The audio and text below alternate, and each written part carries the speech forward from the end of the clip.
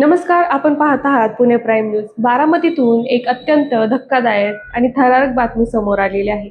राष्ट्रवादी काँग्रेसचे शरदचंद्र पवार गट यांचे आमदार रोहित पवार यांचे पीए अजित दशावतारे यांच्या 14 वर्षाच्या अल्पवयीन मुलीचा रहस्यमय आणि संशयास्पद स्थितीत मृत्यू झाला आहे. बारामतीतील रुई भागातील साई गणेश नगर परिसरात रविवारी म्हणजे 23 तारखेला सकाळी या चिमुकलीचा मृतदेह संशयास्पद अवस्थेत आढळून आलेला आहे.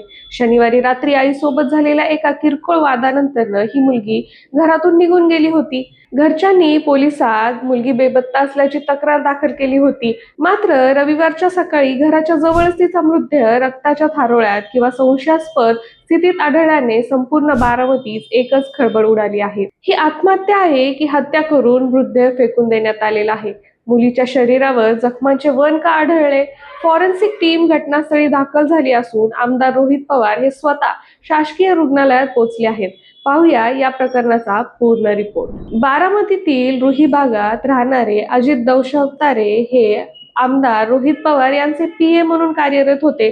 शनिवारी रात्रीच्या सुमारास त्यांच्या 14 वर्षाच्या मुलीने त्याच्या आईसोबत काही कारणांवरून किरकोळ भांडण झाले. या वादानंतर मुलगी रागाच्या भरात घरातून निघून गेली. मुलगी बराच वेळ घरी न परतल्याने घाबरलेल्या पालकांनी तातडीने बारामती पोलीस ठाण्यात धाव घेतली. मुलगी मिसिंग असल्याची तक्रार नोंदवली. पोलीस आणि नातेवाईक रात्रीपासून मुलीचा शोध घेत होते. मात्र रविवारी सकाळी साई गणेश नगर येथील इमारतीजवळ म्हणजे त्यांच्या घराजवळ तिचा मृतदेह आढळून आला. लहान मुलीच्या असा मृतदेह आढळल्याने संपूर्ण परिसरात हळहळ व्यक्त केली जात आहे. प्राथमिक माहितीनुसार मुलीच्या शरीरावर काही जखमांच्या खुणा असल्याचं समोर आलेले आहे. त्यामुळे ही केवळ आत्महत्या नसून तिचा इमारतीवरून खाली फेकून दिले गेले आहे का, अथवा तिची हत्या करून मृतदेह येथे आणून टाकला गेला आहे का, अशा अनेक शंका उपस्थित केल्या जात आहेत. आता यात प्रमुख प्रश्न हे आहेत की रात्री घरातून निघाल्यानंतर मुलगी कुठे गेली होती? घराच्या जवळच मृतदेह आढळला, मात्र रात्री शोधताना कोणाच्या नजरेस का पडला नाही? या घटनेची माहिती मिळताच आमदार रोहित पवार यांनी आपले इतर सर्व कार्यक्रम रद्द करून बारामती येथे धाव घेतली. ते बारामतीतील शासकीय वैद्यकीय महाविद्यालयात दाखल झाले असून त्यांनी दशावतारे कुटुंबियाची भेट घेऊन त्यांचं सांत्वन केलेलं आहे. एक 14 वर्षाच्या मुलीचा असा अचानक आणि संशयास्पद मृत्यू होणे अत्यंत वेदनादायक आहे.